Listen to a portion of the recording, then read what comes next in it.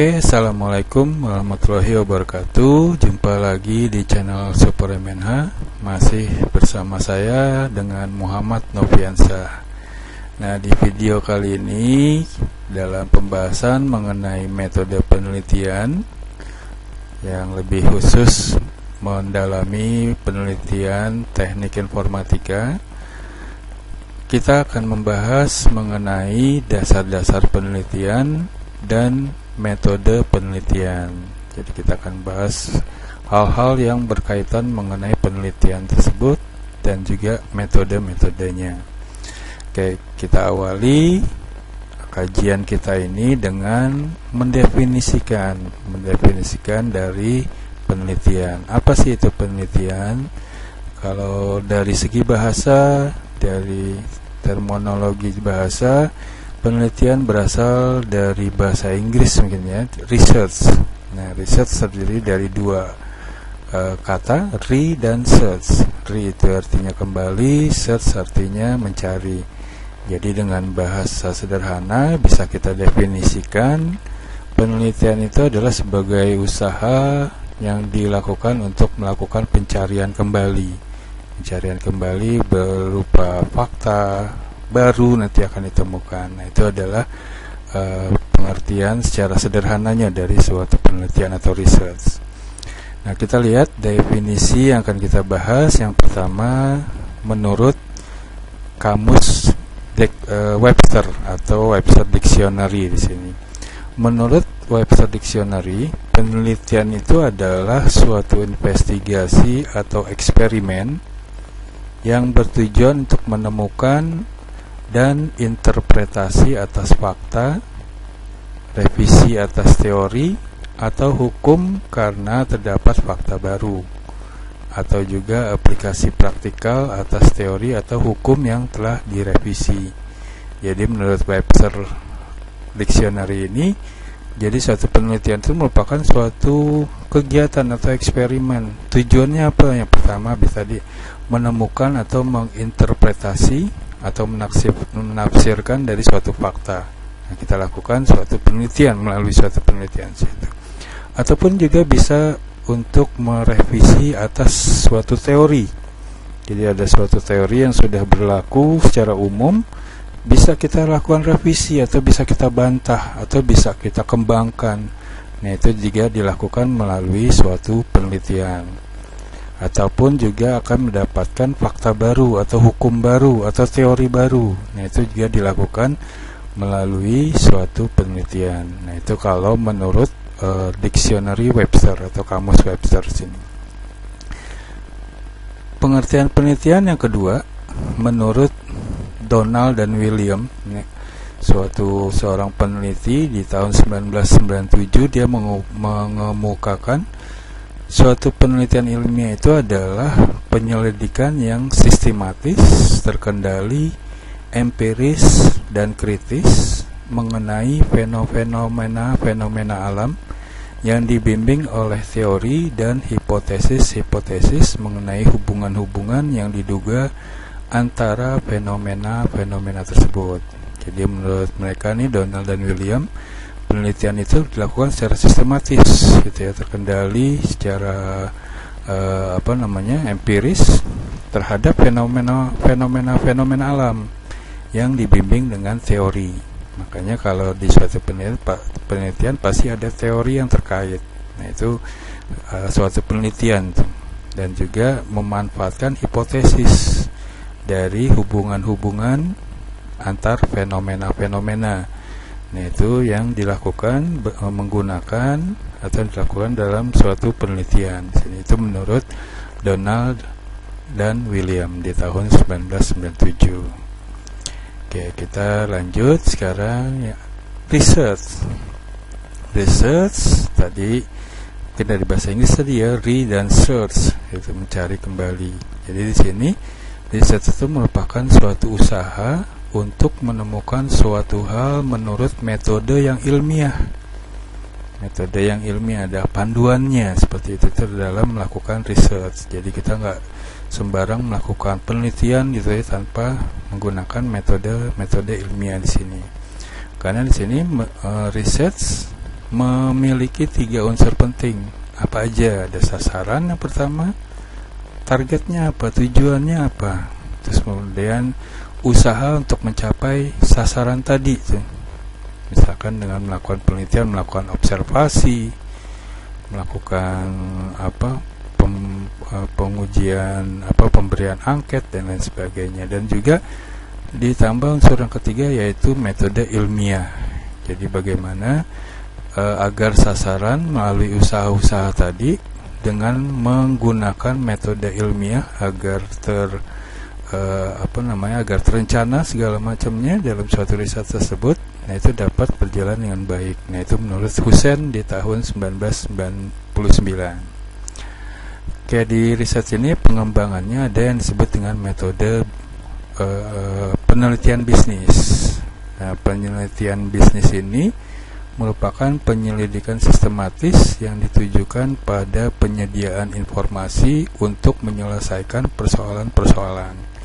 Nah, ini diungkapkan oleh Donald dan kawan-kawannya di tahun 1997. Jadi penelitian bisnis ini, misalkan suatu perusahaan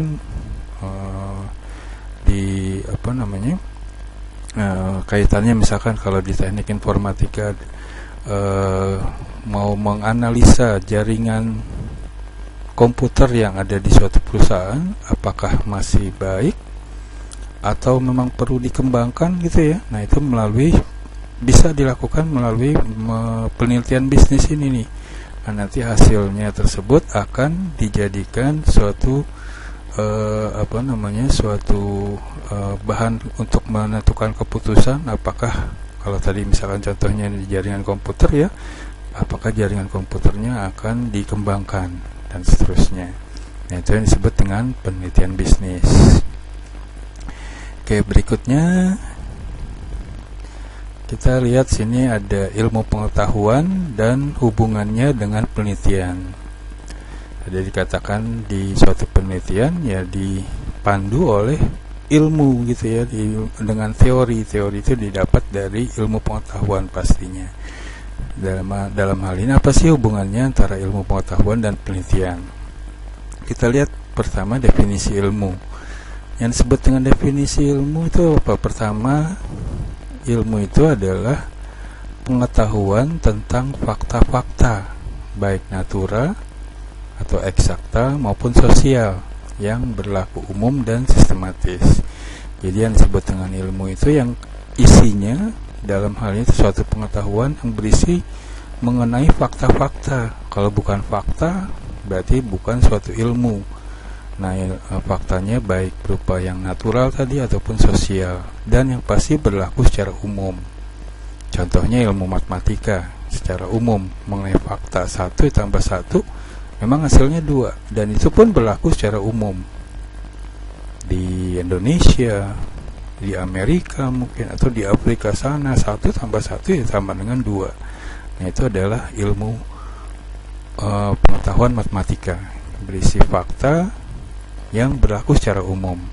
Kalau bukan fakta dan tidak berlaku umum, pasti bukan suatu ilmu.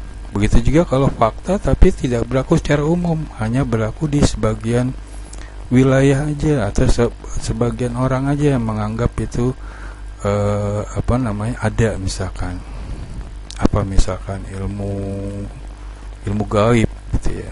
Bisa dikatakan ilmu atau bukan sebenarnya? Fakta, saya nggak tahu tuh fakta atau bukan itu kalau kita anggap fakta. Tapi berlaku secara umum tidak. Mungkin di suatu daerah mempercayai, ada orang lain tidak mempercayai. Makanya ilmu gaib sebenarnya tidak bisa disebut dengan suatu ilmu dalam hal ini. Jadi tidak berlaku sebenarnya ya. Oke, kita lanjut yang kedua. Yang kedua ini, ilmu itu adalah proses berpikir lahir dari suatu rasa sangsi akan sesuatu dan keinginan untuk memperoleh suatu ketentuan yang kemudian tumbuh menjadi suatu masalah yang khas. Jadi manusia biasanya kodratnya itu berpikir, kalau dia menemukan sesuatu yang salah gitu ya, atau dia tidak yakin dia akan menjadi suatu masalah. Nah, nanti dari penelitian tadi nih akan mendapat suatu ilmu pengetahuan tadi. Dan berikutnya masalah memerlukan suatu pemecahan, dan untuk ini dilakukan penyelidikan terhadap data yang tersedia dengan metode yang tepat. Jadi metode penelitian yang digunakan untuk memecahkan suatu masalah.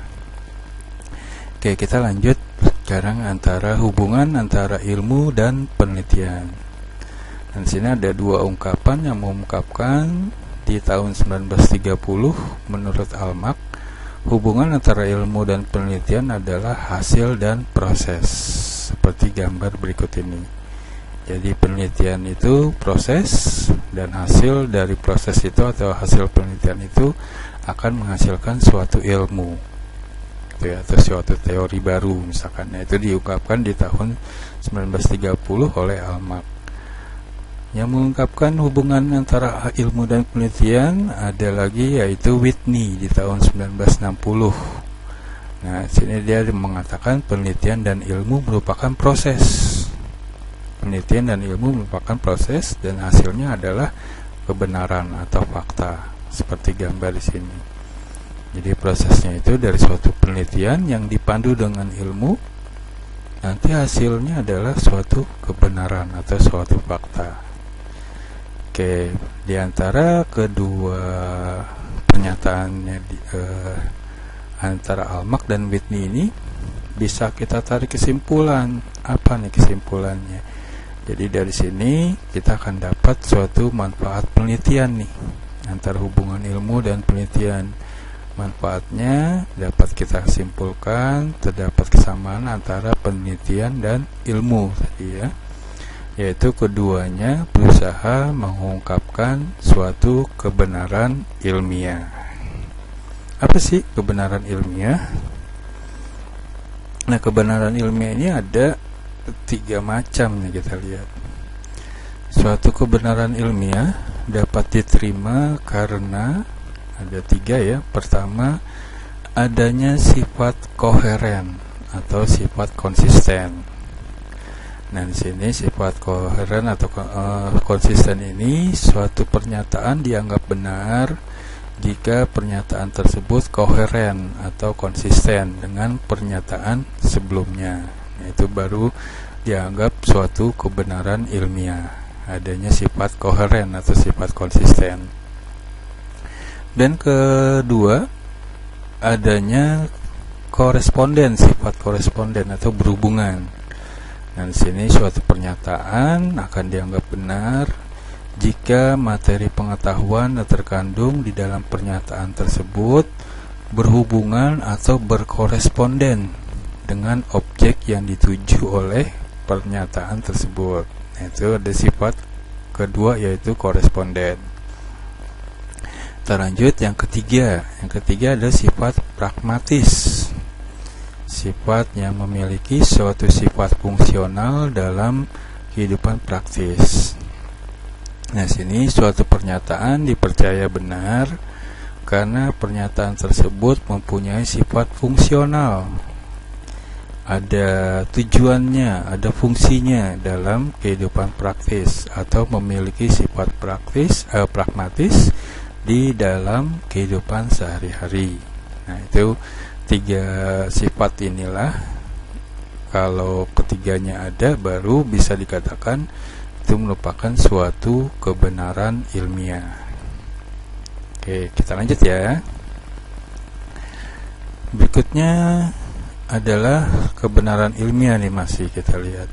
Nah, di dalam kebenaran ilmiah kita akan menemukan cara berpikir.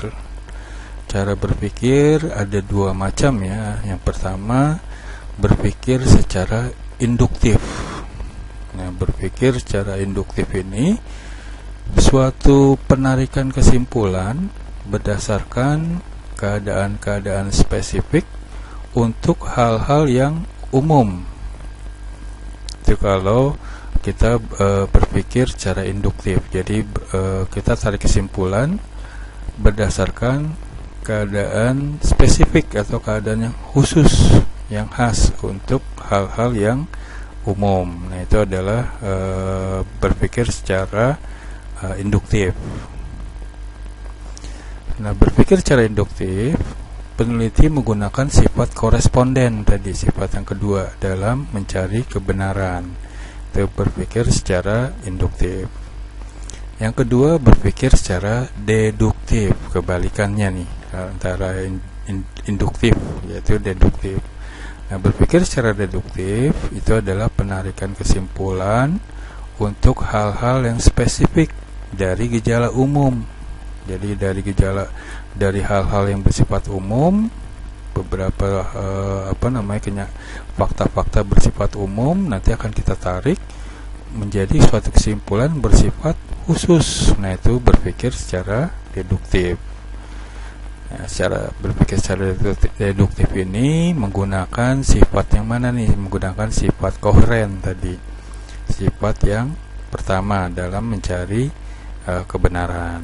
Nah, itu dua cara berpikir, secara induktif dan secara deduktif untuk mencari suatu kebenaran atau kebenaran ilmiah dalam hal ini. Oke, kita lanjut masuk ke penelitian sekarang. Setelah kita paham penelitian, definisinya seperti apa, penelitian itu ada dua macam. Ada yang pertama penelitian dasar atau penelitian murni. Yang kedua adalah penelitian terapan. Nah, seperti apa nih penelitian dasar atau penelitian murni? Nah, di sini pencarian terhadap sesuatu karena ada perhatian dan keingintahuan terhadap hasil suatu aktivitas. Nah, itu penelitian dasar murni. Hasilnya apa yang akan dihasilkan dari penelitian dasar atau murni? Hasilnya adalah pengetahuan umum, yaitu alat-alat masalah-masalah praktika. Nah, ini mungkin kalau penelitian dasar mungkin untuk saat ini agak sulit gitu ya, karena akan mendapatkan pengetahuan umum. Itu contohnya apa? Contohnya misalkan pernah dengar cerita Isaac Newton. Dia sedang tidur-tiduran gitu ya di bawah pohon apel. Nah, dia terjatuhlah apel di depan dia. Nah, kemudian dia berpikir, ada perhatian dan keingintahuannya nih, kenapa bisa jatuhnya ke bawah bukan ke atas. Nah, dari hasil perhatian dan keingintahuannya tersebut, dia melakukan penelitian dasar atau penelitian murni, dan hasilnya adalah suatu pengetahuan umum. Kita sampai sekarang kita mendapatkan fakta atau kenyataan bahwa benda jatuh ke bawah karena adanya gaya gravitasi. Nah, itu contoh dari penelitian dasar atau murni ya. Oke, yang kedua adalah penelitian terapan. Seperti apa itu terapan? Nah, ini mungkin yang bisa kita lakukan untuk saat ini untuk lebih mudah ya, seperti kalian skripsi atau dan sebagainya. Itu merupakan suatu penelitian terapan. Nah, ini apa penelitian terapan itu? Penyelidikan yang hati-hati, sistematis, terus-menerus terhadap suatu masalah dengan tujuan untuk digunakan dengan segera untuk keperluan sesuatu. Hasilnya apa? Hasilnya adalah aplikasi baru dari penelitian yang ada. Jadi suatu penelitian yang ada mungkin kita kembangkan jadi suatu penelitian yang akan menghasilkan suatu aplikasi baru misalkan. Nah, itu atau yang akan bisa digunakan dalam kehidupan sehari-hari. Nah, itu merupakan suatu penelitian terapan. Itu jadi dua jenis ya, untuk penelitian dasar dan penelitian terapan. Oke, kita lanjut sekarang. Kalau suatu penelitian yang melakukannya itu adalah seorang peneliti pastinya. Nah, sekarang bagaimana nih kalau kita ingin jadi peneliti? Di sini ada kualifikasinya untuk menjadi seorang peneliti. Nanti kita lihat apakah kita berkompeten menjadi seorang peneliti, kita lihat. Nah, sini kembali Whitney menyatakan di tahun 1960 dia memberikan kriteria-kriteria yang harus dimiliki peneliti sebagai berikut. Yang pertama, seorang peneliti harus mempunyai daya nalar, daya berpikirnya nih, berkembang atau tidak. Dia mencari masalah gitu ya, atau menemukan suatu rasa keingintahuannya. Nah, itu dia harus memiliki daya nalar. Kemudian kedua, dia harus memiliki sifat originalitas. Nggak boleh tuh seorang peneliti yang suka copy paste, plagiat gitu ya. Dalam hal ini melakukan penelitian bukan berarti harus murni 100%, tapi bagaimana dia mengembangkan, tapi bukan berarti harus mencontek gitu ya, harus melakukan copy paste. Nah itu nggak boleh. Jadi peneliti yang kedua, dia harus memiliki sifat originalitas dalam hal ini. Ketiga, dia memiliki daya ingat, karena kemungkinan aja saat melakukan penelitian dia harus mengingat apa yang ditemukannya dalam observasi. Itu dia harus memiliki daya ingat. Yang keempat, dia harus memiliki kewaspadaan, karena mungkin aja dia harus berada di suatu kondisi yang mungkin sangat membahayakan, tapi dia harus memiliki suatu sifat kewaspadaan. Yang kelima, dia harus akurat, karena ini berkaitan dengan penelitian dalam perhitungan ya, mungkin ya harus akurat. Keenam, dia harus dapat bekerja sama. Kenapa? Karena suatu penelitian mungkin aja dilakukan secara berkelompok. Jadi dia harus bisa bekerja sama dengan anggota lainnya gitu ya. Itu harus dimiliki juga nih oleh seorang peneliti. Yang ketujuh, harus sehat, punya kesehatan, pastilah. Yang kedelapan, harus mempunyai semangat. Kenapa harus semangat? Karena penelitian mungkin aja berlangsung panjang waktunya. Kalau dia tidak memiliki semangat, penelitian tersebut mungkin akan berhenti di tengah jalan.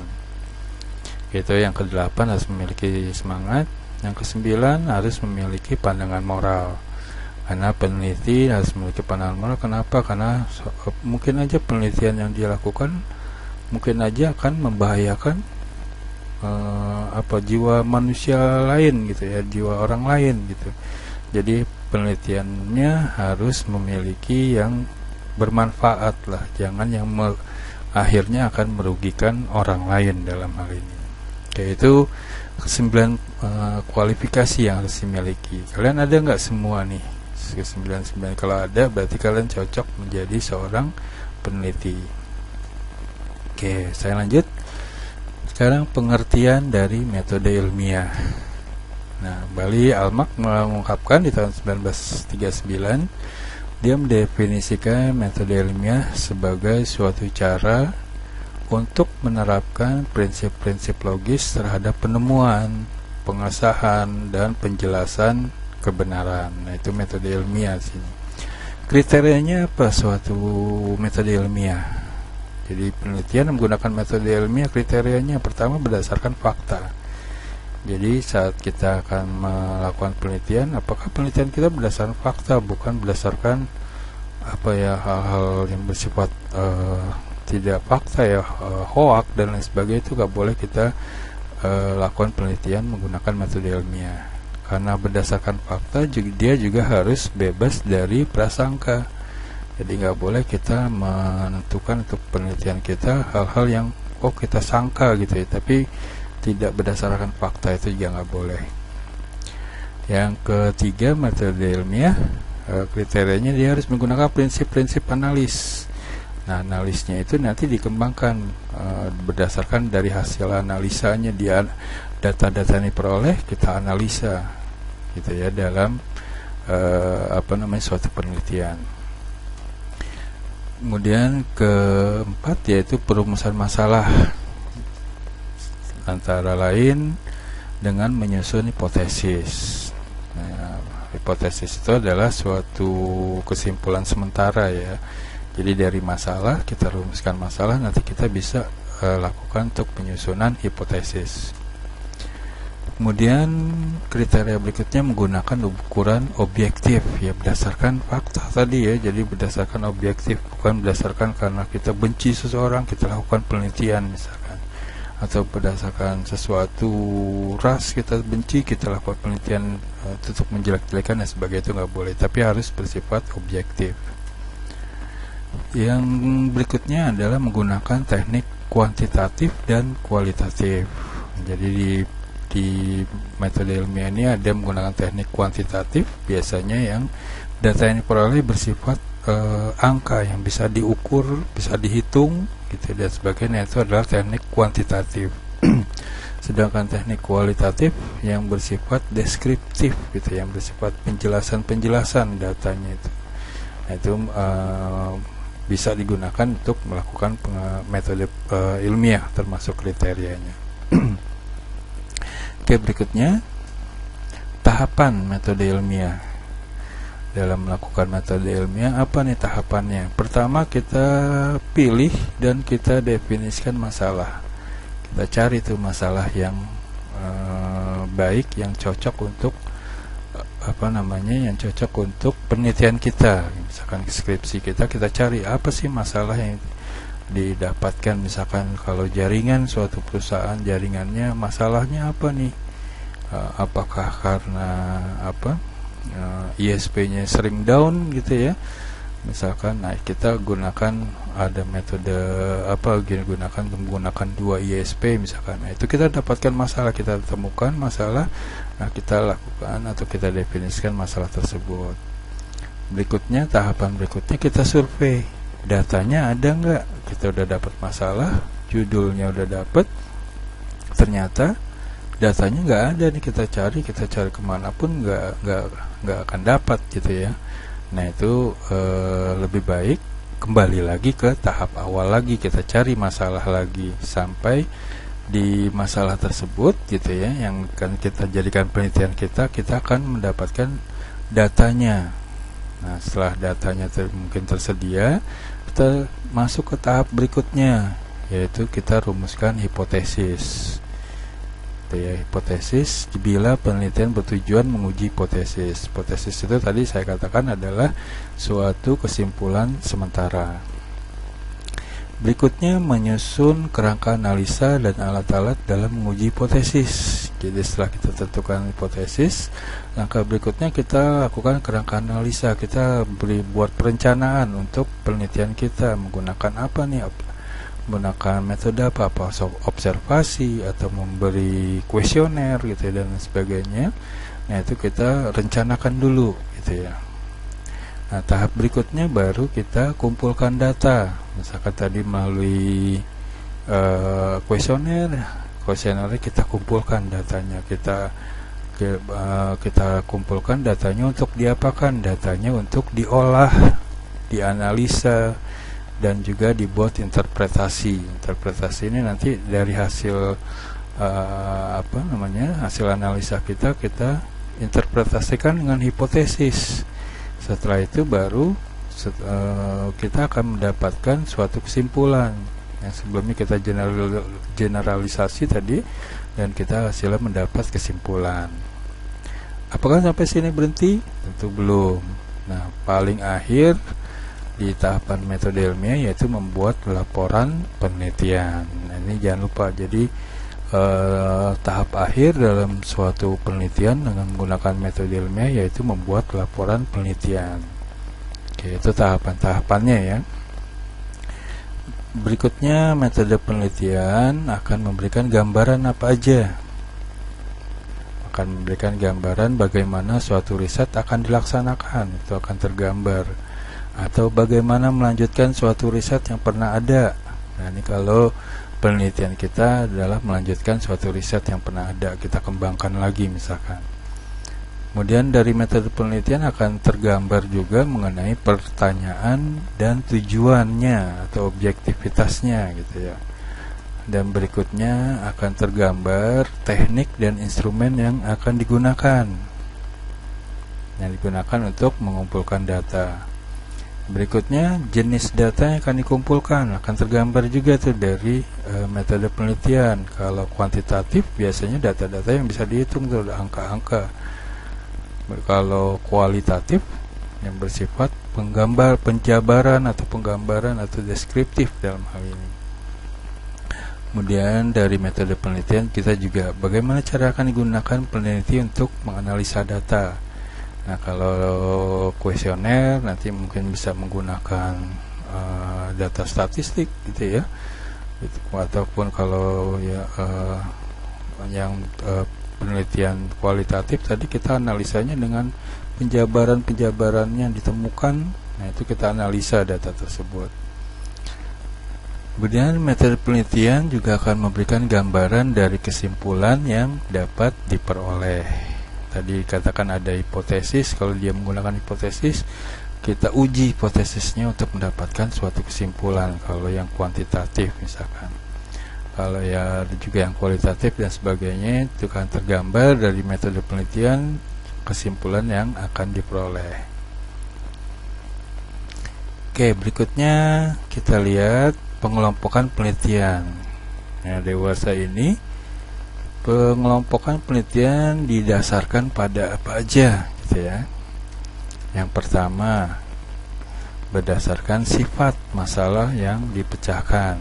Nah, sifatnya penelitian bisa dikelompokkan menjadi yang bersifat kualitatif dan bersifat kuantitatif. Nah, itu bisa dikelompokkan. Dan mengelompokkan penelitian berikutnya yaitu adalah alat dan teknik yang digunakan. Penelitiannya bisa bersifat observasi gitu ya, dengan dengan melakukan pengamatan, ataupun juga dengan menggunakan kuesioner, ataupun menggunakan alat-alat yang ada di laboratorium mungkin ya, eksperimen gitu misalkan. Nah, itu bisa dikelompokkan berdasarkan alat dan teknik yang digunakan. Kemudian pengelompokan berikutnya berdasarkan berdasarkan tempat penelitian. Ada penelitian yang mungkin kita kenal ada di laboratorium, mungkin ada melakukan penelitiannya di perpustakaan aja, atau di tempat yang akan diobservasi, atau mungkin pernah ada penelitian di ruang terbuka di dalam hutan dan sebagainya. Nah, itu bisa kita kelompokkan berdasarkan tempat penelitian. Berikutnya kita kelompokkan penelitian berdasarkan dari waktu jangkauan penelitian. Ada jangkauan masa lalu, kita bisa lakukan penelitian untuk masa lalu dengan metode sejarah. Ada juga yang penelitian untuk saat ini, akan digunakan untuk saat ini, tadi penelitian bisnis tadi ya kita udah bahas. Kemudian ada juga mungkin untuk penelitian waktu jangkauan untuk masa depan.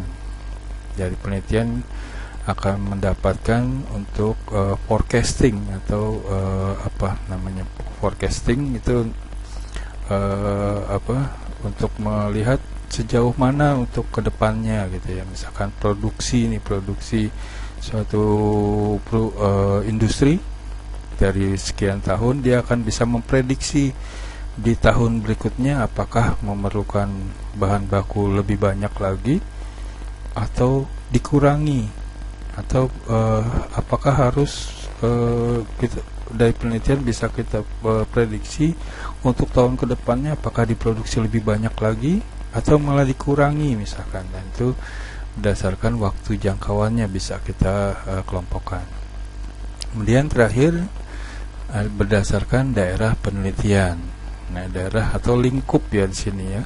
Lingkup penelitian maksudnya adalah ada lingkup untuk sosial, lingkup penelitian sosial atau eksak, atau untuk teknik informatika nih misalkan, seperti yang akan kalian lakukan di skripsi misalkan, seperti itu berdasarkan pengelompokannya. Oke, kita lanjut metode penelitian. Ada beberapa metode, ada 5 metode penelitian. Ada metode sejarah, kemudian ada metode deskriptif atau survei, ada metode eksperimental, kemudian berikutnya ada metode yang disebut dengan metode grounded research, kemudian ada yang disebut dengan metode penelitian tindakan. Nah, kita lihat satu-satu. Yang pertama, metode sejarah. Apa sih metode sejarah itu? Kalau dari namanya kita tahu metode sejarah adalah sini metode yang digunakan untuk meneliti suatu kejadian masa lampau yang mengandung sifat sejarah gitu ya. Nah, sini metode sejarah memberikan rekonstruksi masa lampau secara sistematis dengan mengumpulkan, mengevaluasi, menjelaskan, mensintesis bukti-bukti untuk menegakkan fakta-fakta dan menarik kesimpulan secara tepat. Nah, biasanya sejarah ini adalah yang akan kita amati atau kita akan lakukan penelitian adalah hal-hal yang bersifat masa lampau tadi nih. Nah, biasanya datanya akan kita peroleh, data itu ada dua macam, ada data primer dan data sekunder. Nah, untuk metode sejarah ini kita harus lebih banyak data primer dibanding dengan data sekunder, karena data primer ini adalah data yang diperoleh dari orang atau sesuatu yang mengalami secara langsung. Kalau yang data sekunder itu adalah data yang dia tidak mengalaminya secara langsung. Mungkin dia tahu tentang suatu kejadian di masa lampau, tapi dia secara langsung dia merasakannya gitu ya, mengalaminya, tapi dia mungkin diceritakan dari orang dan lain sebagainya, ataupun ahli sejarah dan lain sebagainya.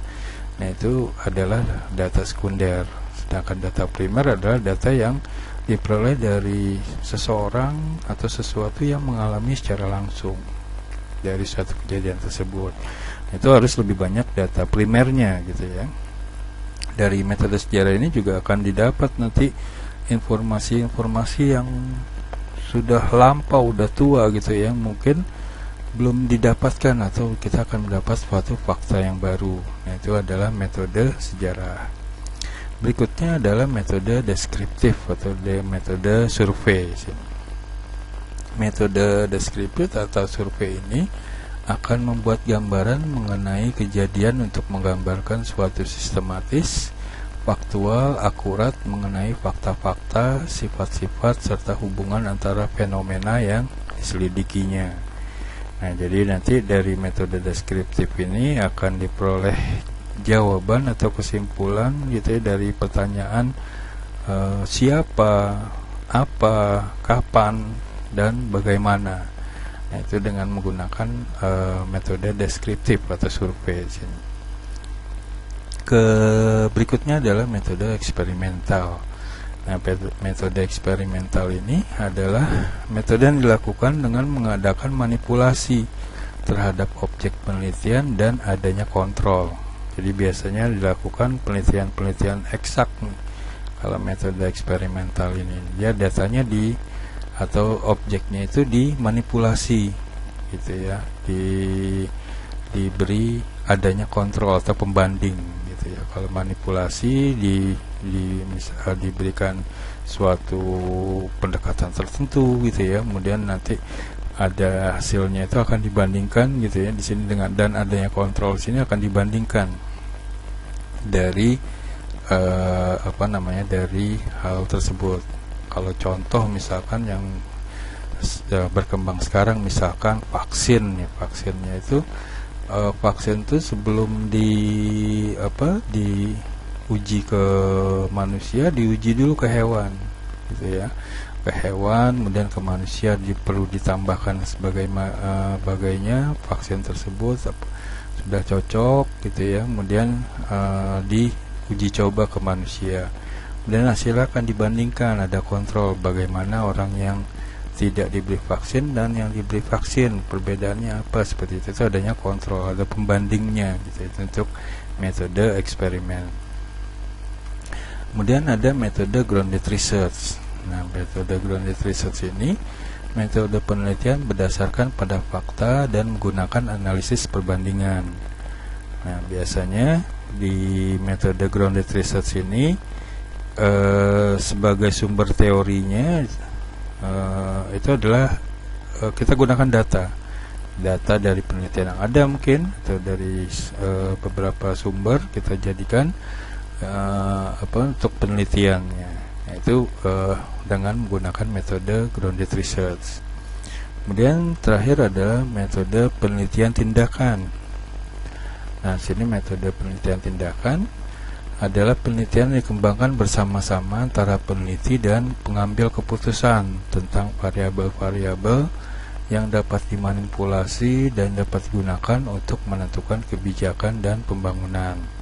Nah, jadi biasanya metode penelitian ini dilakukan oleh seorang peneliti bekerja sama dengan misalkan suatu perusahaan yang ingin mengembangkan suatu produknya, misalkan seperti itu.